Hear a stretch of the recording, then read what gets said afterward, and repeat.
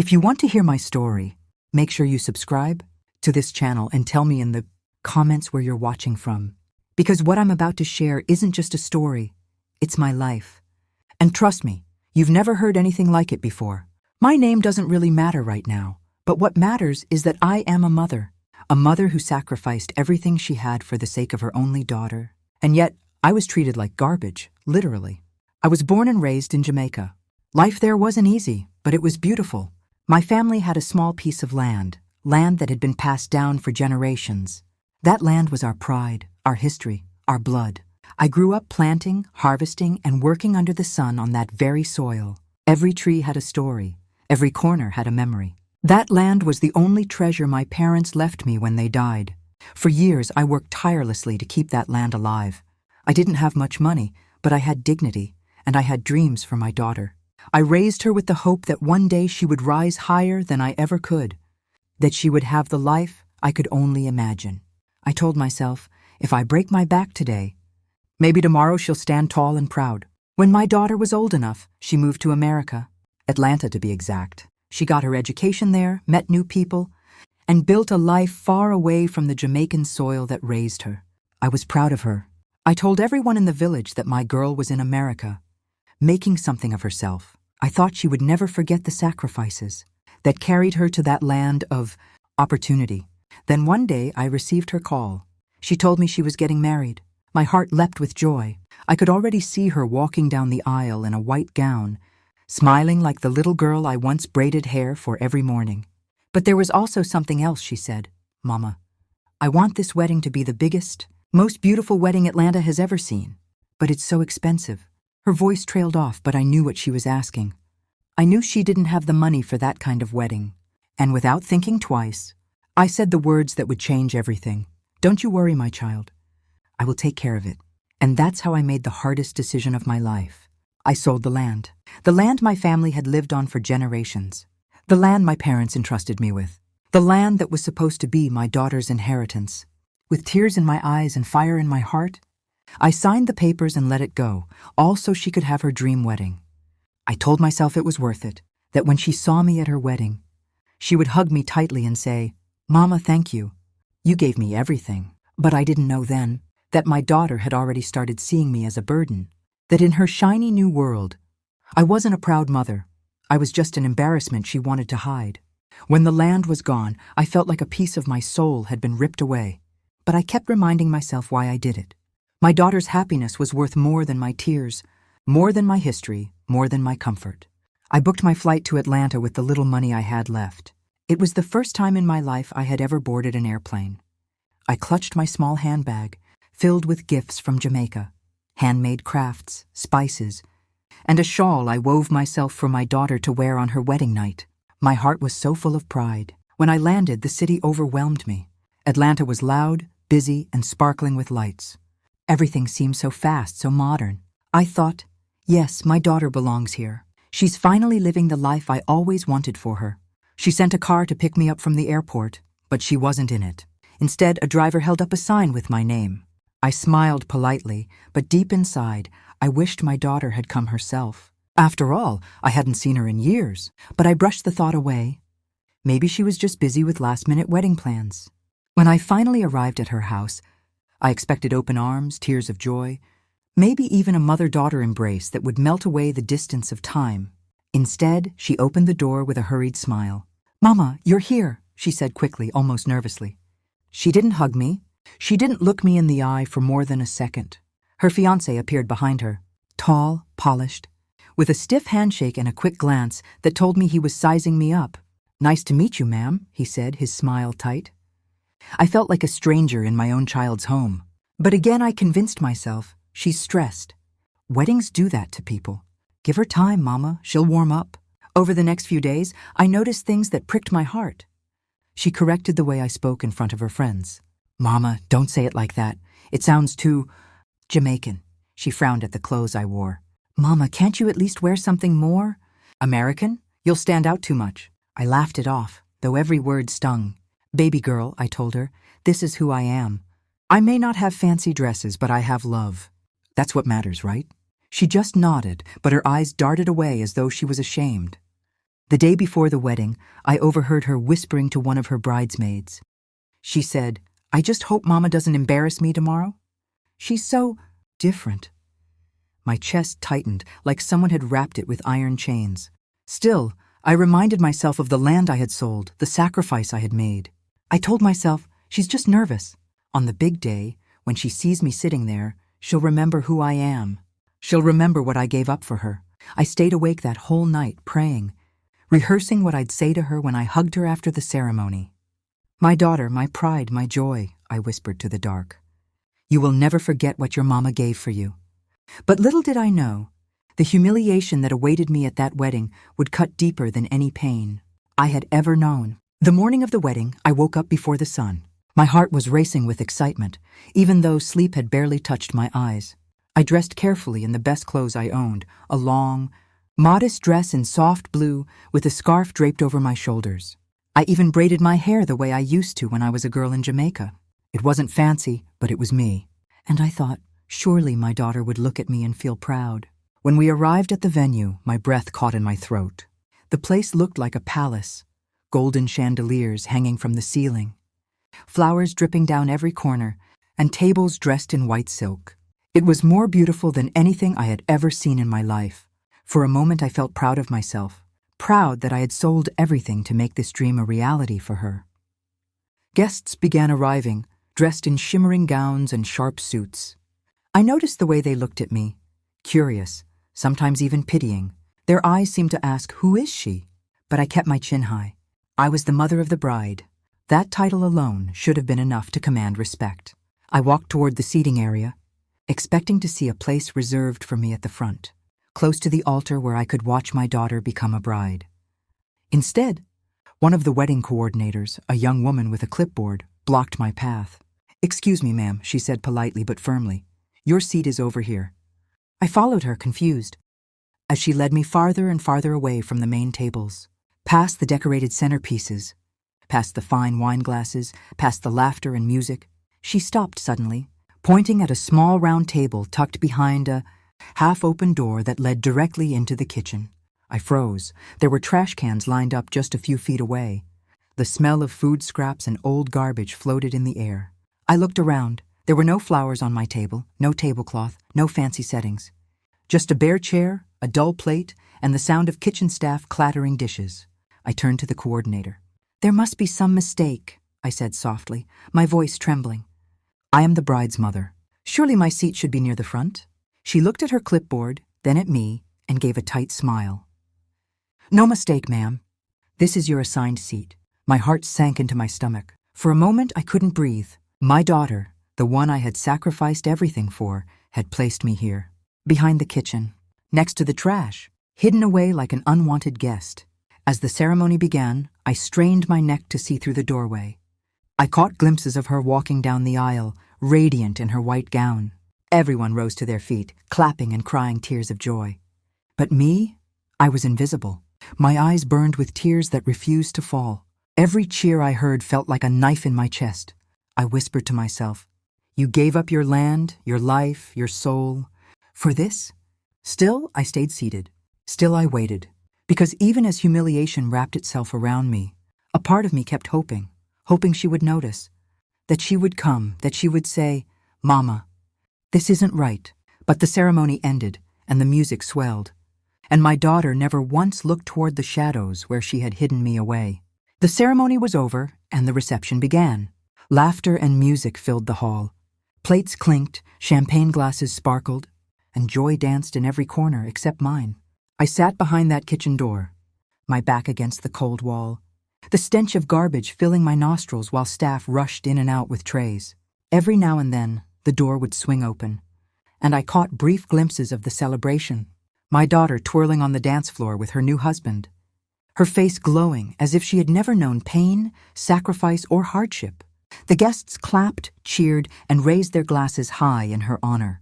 And there I was, her mother, the woman who made this entire day possible, hidden like I was some shameful secret. I tried to eat the food placed before me, but every bite tasted like betrayal. My hands shook as I held the fork, and tears blurred my vision until the plate disappeared. I whispered to myself, "Stay strong. Do not let them see you cry." If this is where she wants you, then this is where you will sit. But my heart screamed otherwise. The worst moment came when one of the bridesmaids entered the kitchen to fetch extra wine. She looked at me sitting there, eyes wide with surprise, then quickly looked away as though I were invisible. She didn't say a word, not a greeting, not even a smile. To her, I wasn't the mother of the bride. I was just a woman in the wrong place. And then the speeches began. I could hear them through the door. The maid of honor talking about how strong and independent my daughter was. The best man joking about the groom's nervousness. Friends praising the couple's love story. But not once did anyone call my name. Not once did anyone mention the sacrifices that carried my daughter to this day. Then I heard my daughter's voice. My heart leapt, thinking, yes, now she will remember me. She will thank me. She said, I just want to thank everyone here tonight, our friends, our family, and especially my husband, for making this day so special. I couldn't have asked for anything more. That was it. No mention of me. No acknowledgement of the land I had sold, the life I had given up, the tears I had shed. She erased me with silence. It felt as though she had stood before the entire world and declared, my mother does not exist. The guests clapped, the music rose again, and I sat frozen. My body was in that chair, but my soul was breaking into 1,000 pieces. For a moment, anger surged in me like fire. I wanted to burst through that door, walk straight to the front, and shout, I am her mother. Without me, none of this would exist. I wanted every eye to turn, every guest to know who had built this dream with her bare hands. But instead, I stayed silent but not defeated. Because in that silence, a seed of resolve began to grow. She thought she had thrown me away like garbage. But she forgot one thing. Garbage doesn't stay buried forever. Sometimes it rises back, stronger, sharper, and impossible to ignore. And I promised myself, sitting there in the shadows, that one day soon, my daughter would remember exactly who I was. The night stretched on, every second heavier than the last. I sat there behind the swinging kitchen door, listening to the sounds of celebration as though they were daggers piercing my heart. The music was cheerful, the laughter loud, and the clinking of glasses constant. But to me, it all sounded hollow. I caught another glimpse of my daughter as the door opened. She was laughing, her arms wrapped around her new husband, twirling in her gown that glittered like starlight. She looked beautiful, yes, but every sparkle, every decoration, every single flower in that hall had been bought. With the price of my family's land, our heritage, our roots. She danced on the soil of my ancestors, and yet she had hidden me with the trash. I pressed my hands against my chest, trying to calm the storm inside me. Why, my child? I whispered to myself. Why am I not enough for you? Is my accent too heavy? Are my clothes too simple? Or am I simply too much of a reminder of where you came from? The kitchen staff began to notice me. Some avoided my eyes out of pity. Others gave me a half smile. But no one dared ask why I was sitting there. I could tell they knew. They could see the shame dripping from my daughter's choice. And in their silence, I felt exposed, stripped bare. At one point, a young waiter slipped a fresh plate of food in front of me, whispering softly, "Ma'am, you deserve better." His kindness nearly broke me. I forced a smile and thanked him, but inside my soul was bleeding. Then came the moment that shattered me further. The DJ announced the mother-daughter dance. My heart leapt. Maybe this was it. The moment she would finally pull me from the shadows and let me shine beside her. But instead, I watched through the crack of the door as she walked to the center of the floor, holding the hand of her husband's mother. Together, they danced while the crowd cheered. My daughter's face glowed as she looked into her mother-in-law's eyes, smiling with love and respect.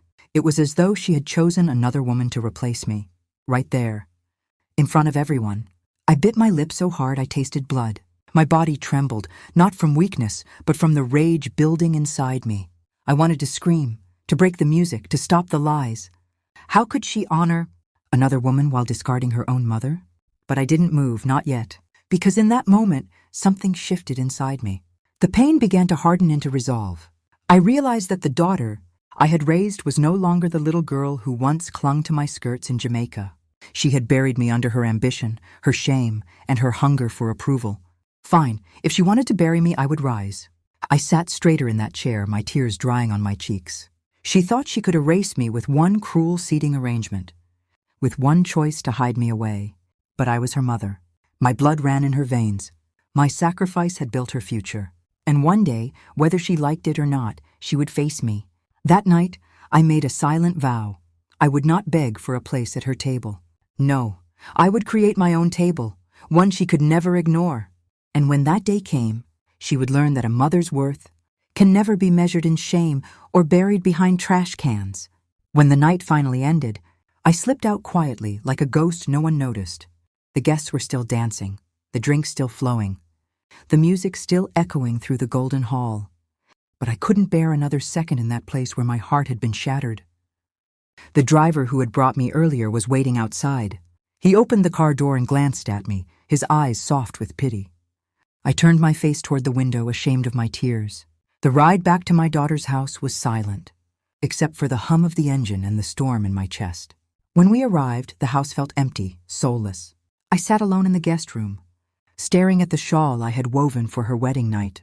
My hands traced the fabric, remembering the long hours I spent on it. Each stitch a prayer of love. I had imagined her wrapping it around her shoulders and feeling her mother's blessing. Instead, it sat untouched on the bed, like me, unwanted, unseen. I thought of Jamaica, of the land I had sold. I saw my father's face, his hands rough from years of farming. His voice echoing, "This land is our life, child. Guard it well, for it will guard you."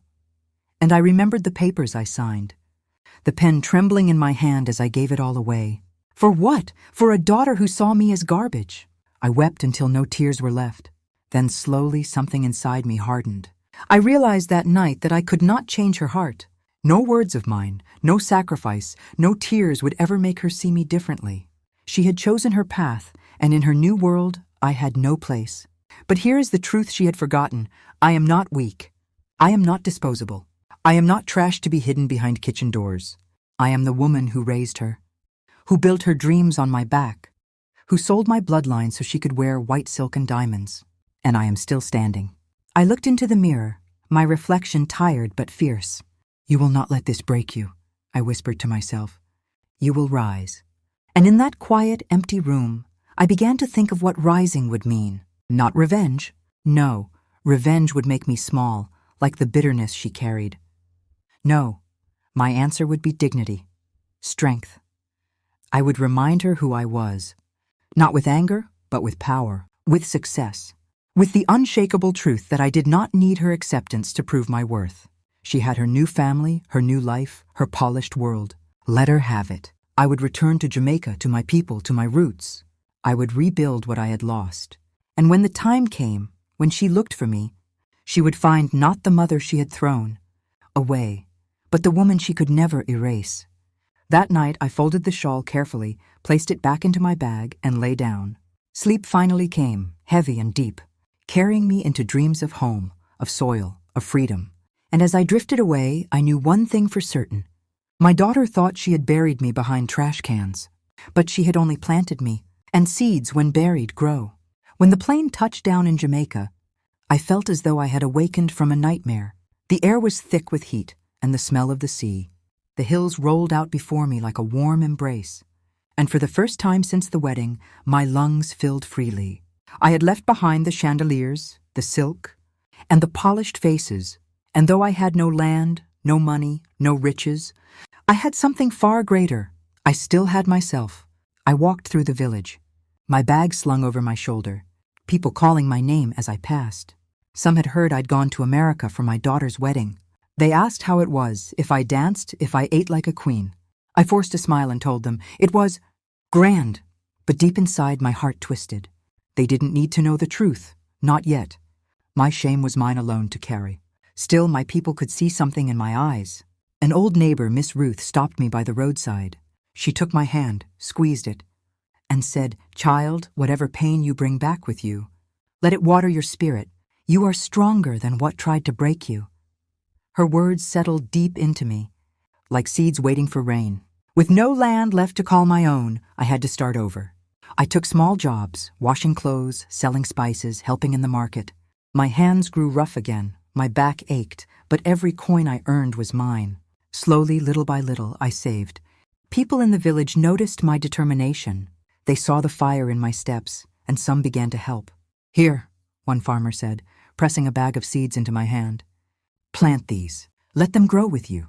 So I planted, not on my family's land that was gone, but on a small patch a neighbor allowed me to use. Day after day, I bent over the soil, feeling its warmth between my fingers. And with every seed I pressed into the ground, I whispered, I am not finished. Months passed and the plants began to rise, green, strong, reaching for the sky. And as they grew, so did I. The shame I carried from Atlanta began to shift into something else.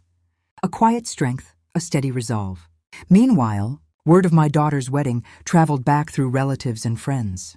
They told me about the photos she shared on social media. Her smiling face, the glittering hall, her husband's proud arm around her. My name was nowhere, as though I had never existed. At first, the sting returned, but then I realized something important. Her silence did not erase me. Her denial did not break me. In fact, it made me stronger. She may have erased me from her world, but she could not erase me from mine. I began to gather women in the village, widows, mothers, grandmothers who had also been cast aside. Together, we worked the soil, cooked meals, and shared stories. Slowly, a small community formed, a circle of strength. We were women the world tried to forget, but we remembered each other.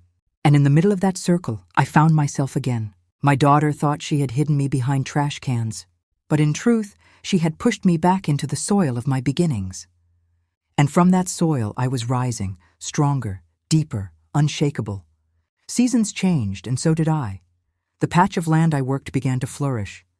What started as a few seeds gifted by a kind neighbor turned into rows of vegetables, fruits and herbs.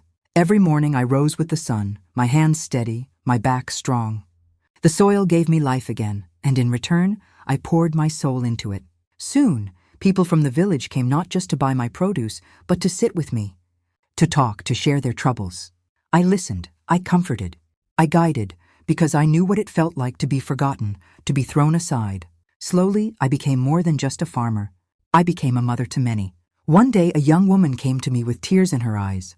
She had been abandoned by her husband and had nothing to feed her children. Without hesitation, I gave her food from my harvest and told her, "Plant these seeds, and tomorrow you will have more." Her gratitude lit a fire in me. I realized then that my purpose was not only to survive, but to lift others as I rose. Word spread quickly. People began calling me Mama of the Soil. What started as a small patch turned into a movement. Women gathered around me, and together we created a cooperative. We farmed, we sold, we saved. And little by little, the community began to thrive.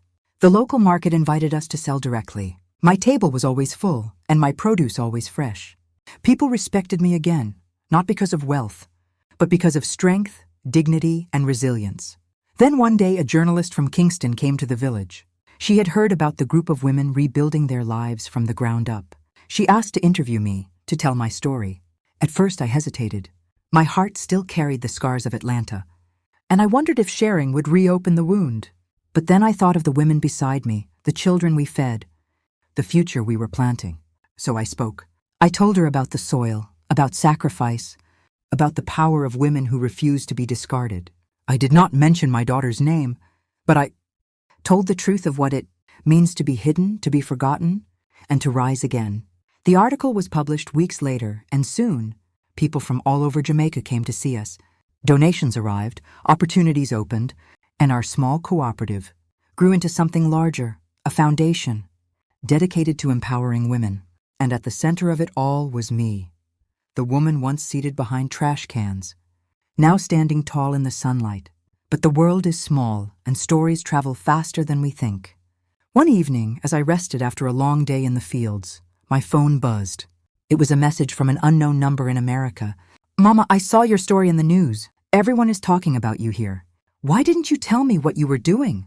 It was my daughter. For a long moment, I stared at the screen, my hands trembling. The same child who had erased me was now seeking me out. The same woman who had hidden me was now watching me shine. I did not reply immediately. Instead, I whispered to myself, "Now you remember me." For 3 days, I left my daughter's message unanswered. Not because I was cruel, but because I needed to breathe before opening the door she had slammed in my face years earlier. I reread her words again and again. "Mama, I saw your story. Why didn't you tell me?" The irony stung. She hadn't wanted to hear my story when I was sitting just a few feet away at her wedding. She had erased me with silence. And now, when strangers celebrated me, she suddenly wanted to claim me as her own. Finally, I replied with just 5 words. You did not want me. Minutes later, her phone call came. My hands shook as I stared at the screen, her name glowing back at me. After a long breath, I answered. Mama, she said softly, her voice almost breaking. Please don't be like this. I didn't mean to hurt you. Things just got complicated. I closed my eyes. Her excuses washed over me like waves I had already drowned in before. Complicated? I repeated. You sat me behind trash cans. You honored another woman while I sat alone. That is not complicated, that is cruelty. She fell silent, and I could hear her breathing, shaky, as if she had no defense. Mama, she whispered again, I was ashamed. I thought people would laugh at me if they saw you, if they heard your accent, or the way you dressed. I thought... Her voice broke. I thought you would embarrass me. The words cut deep, but I no longer bled. I was no longer the woman begging for her daughter's approval. I said calmly, embarrassment is a child who forgets her mother. Embarrassment is a daughter who builds her happiness on her mother's suffering. But me, I am not embarrassment. I am your root, your blood. Without me, there is no you. She cried then, soft, muffled sobs through the phone. For the first time, she sounded like the little girl I once rocked to sleep. Mama, I'm sorry. Please forgive me. I didn't understand before. But now everyone talks about you with respect. They say you're strong, inspiring.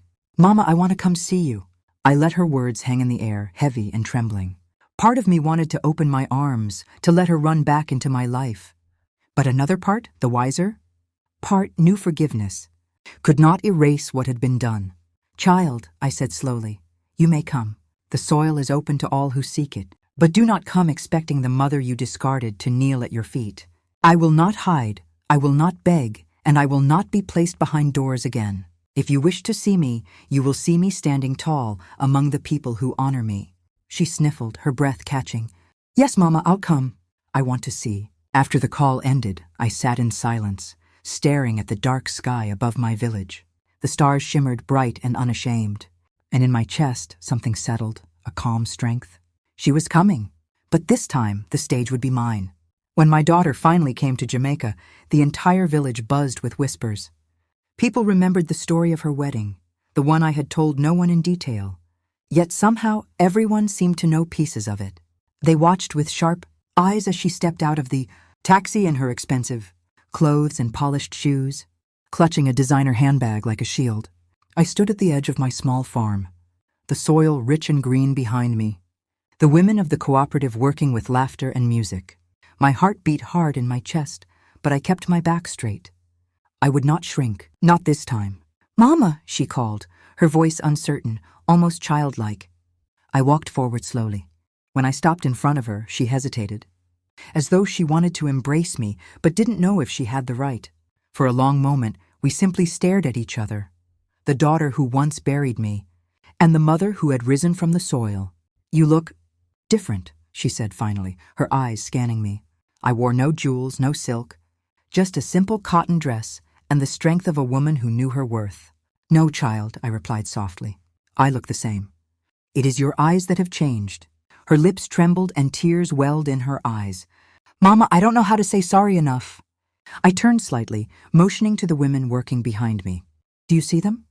These women were thrown away too, by husbands, by families, by life. And yet they are here building, rising. You wanted to hide me because you thought I was shame. But look around, child. Do you see shame here? She shook her head, her tears spilling freely. I continued, my voice steady. You tried to bury me, but you forgot. Seeds only grow stronger when buried. I sold my land for your happiness, and you placed me with trash. But look now, I am rooted deeper than ever. You cannot erase me. The villagers gathered quietly, listening. They respected me, and now they were witnessing this moment of truth. My daughter's face flushed with shame as she realized she was standing in the shadow of the very woman she had hidden. Mama, please, she whispered, reaching for my hand. Let me make it right. Let me help you now. I looked down at her hand, then back into her eyes. Slowly, I placed my hand over hers, not as a gesture of weakness, but of power. You may walk beside me, child, but understand this. I no longer walk behind anyone. Not you, not your world, not your shame. If you want me in your life, you accept me as I am, soil, scars, and all. She nodded, her shoulders shaking with sobs. And for the first time in years, I saw sincerity in her eyes. The women behind me began to clap softly, and soon the entire village joined. Not because I had humiliated her, but because I had stood firm. Because they knew this moment wasn't just mine. It was for every mother who had ever been cast aside. And there, beneath the wide Jamaican sky, my daughter finally saw me, not as garbage, but as the root she could never escape. If you have walked with me this far, you know now that my story was never just about one wedding or one cruel act. It was about something bigger. It was about every mother who sacrifices quietly, every father who bends his back so his children can stand taller, every parent who is forgotten once their children climb the ladder of life. When I sat behind those kitchen trash cans in Atlanta, I thought my story had ended in shame. I thought that would be my final chapter. A woman discarded by the very child she gave everything for. But I was wrong. That moment was not my ending. It was my planting. From that soil of humiliation, I grew roots that reached deeper than I ever imagined. I discovered a strength I had forgotten I carried. I discovered a voice that no longer trembled when it spoke. And I discovered that sometimes, the very people who try to hide you end up putting the brightest light upon you. My daughter, the same child who once pushed me aside, now walks by my side. She has not erased the pain of what she did. No one can erase the past, but she has begun to learn. She visits often now, not with grand gowns or jewels, but with open eyes. She sits with the women of my cooperative, planting seeds, listening to their stories, and little by little I see her growing too. But make no mistake, I do not live for her approval anymore. I live for me, for my sisters who rise from the dust, for the mothers who cry in silence, for the ones still sitting behind doors, wondering if their children even see them. To you I say this, you are not garbage. You are not shame. You are not invisible. You are the soil itself, the beginning, the root, the strength that keeps the tree alive. Without you, there is no fruit, no flowers, no future. And if anyone dares to bury you, remember, buried seeds do not die. They rise, they break the ground. They remind the world who they are. So if you ever feel cast aside, if you ever feel forgotten, hear my voice. You are the root. You are the power. You are the story that cannot be silenced. And to the daughters and sons who may be listening, let this be your reminder. Honor your parents while they are still here. Do not wait until the world claps for them to recognize their worth. Do not hide them behind doors or sit them by the trash, or silence their accents because they embarrass you. For the very blood in your veins is theirs. The very ground you stand on was cleared by their hands. I flew from Jamaica with nothing but love and sacrifice, and I was seated behind the trash cans. But today I sit at the front. Not because my daughter placed me there, but because I claimed the seat myself. And so I end my story with this truth. Never mistake the soil for garbage, for the soil is where everything begins. If my story touched you, remember to subscribe, share it, and tell me in the comments where you are listening from. Because stories like mine are not rare. They live in every corner of this world, waiting to be told. Thank you.